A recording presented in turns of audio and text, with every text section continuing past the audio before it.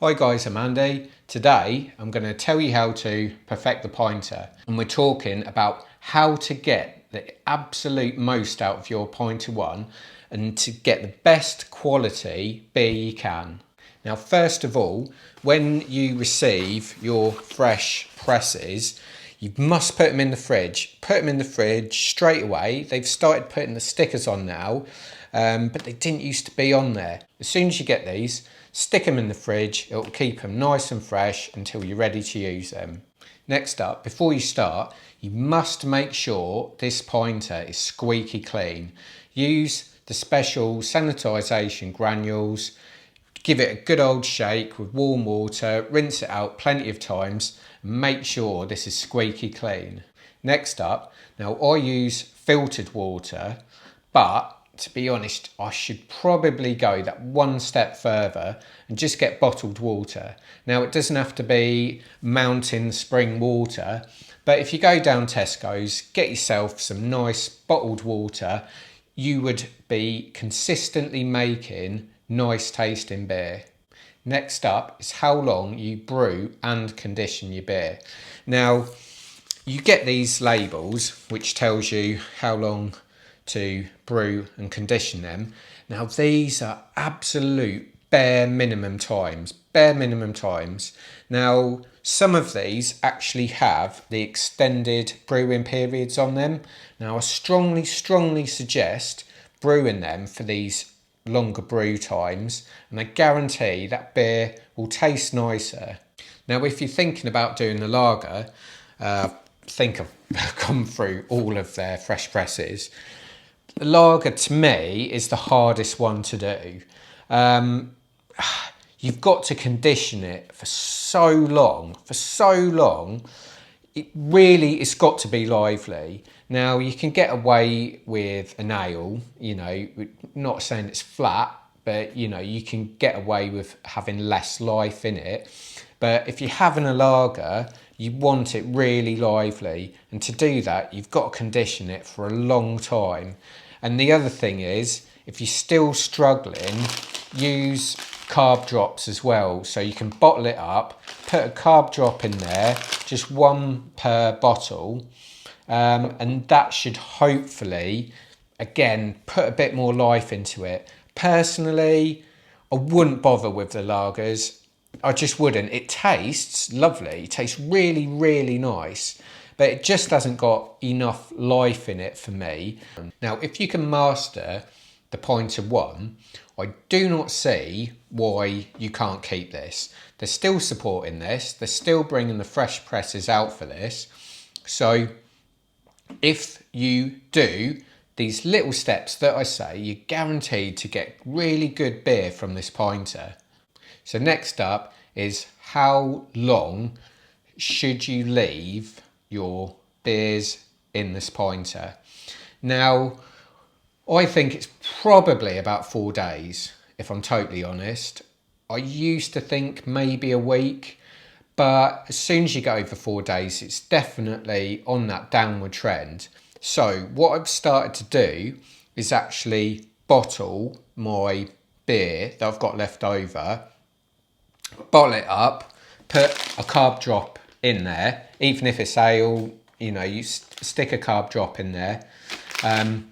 What I do is, because you can't attach a pipe to the tap of the pointer, just got a little funnel with a bit of tube, get the tube right down to the bottom of the bottle, because you want basically as little air getting in there as possible. But bottle it up with a carb drop. It's just going to last that bit longer. Now, what I would say not to do if you've got a pointer is don't keep letting the air out of the pointer. Now, on the back of the pointer, you've got this little dial. It's not the best valve in the world. It's pretty bad, to be honest. When you are releasing the air out of your pointer, it's a bit of a sticky valve, to be honest. So just be really careful, because what you don't want to do is do it too far and get a big where all the air's just dumped out of the pointer all of a sudden. It's a sticky valve. So what I do is tend to push it in a bit as I'm going round and just let the air seep out. But you've got to understand, the more you do this, the less life you're going to have in your rails.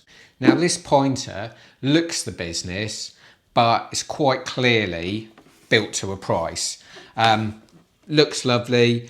Now the pointer, they have been really, really good at rectifying problems. They're more than happy to issue a new pointer if you've broken it, but I'll just show you the most common fault, and if you can just be careful during this stage, your pointer should be trouble-free. So this is the problem area. It's when you dock your pointer. Now what happens with a lot of people is they actually snap these two bits on the pointer. Now when you first get it, it's really, really, really stiff. So you've just got to be careful the first few times you do it. After that, to be honest, it's not a problem. You've just got to make sure you get properly lined up. It is a bit stiff, and then just bring it round like that. So you've got to be positive in your action, but don't force it. Now lastly, am I going to buy a pointer too? That's a big question, right? I bought this, when I got it, it was £75 with free delivery and 20 pints. Excellent value for money, bit of fun, it's worth taking a gamble just to see if it makes good beer. Right, pointer 2's come out, £150, no beer. Now, that's a huge amount, that's more than double the price. My problem is it puts the pointer into a whole new level, a whole different level. You can get some really nice equipment for say £150, £200. So they're knocking on the door of some really, really smart bits of kit. So the price does put me off. However, I do genuinely really like the pointer beers. Even the lager that I've never been able to perfect, that tastes lovely. I have been lucky and been able to perfect all the rails as far as I see anyway. They're so nice, so it is worth buying. Now the main reason why I would buy the pointer 2 is it does away with this silly dial, and I'm also so conscious that I'm just losing all the air and it's sucking all the life out of my beer. Now the pointer 2 does away with that carbonation dial at the back. It's got much more features, bit more technology in there, so it does away with the dial, so you just pour away, and in that way it actually makes your beer last longer and you don't have to mess about trying to bottle it up. So hopefully you got something out of this pointer review. If you follow those steps, I guarantee you'll have great tasting beer, and it's a great bit of kit. For those of you who have bought the pointer 1, don't think, oh no, I've got to buy the pointer 2 now, because you can make really nice beers. So if you haven't before, check out my other pointer reviews. If I get a pointer 2, I'll be reviewing that too. But enjoy your beers and keep brewing. Cheers.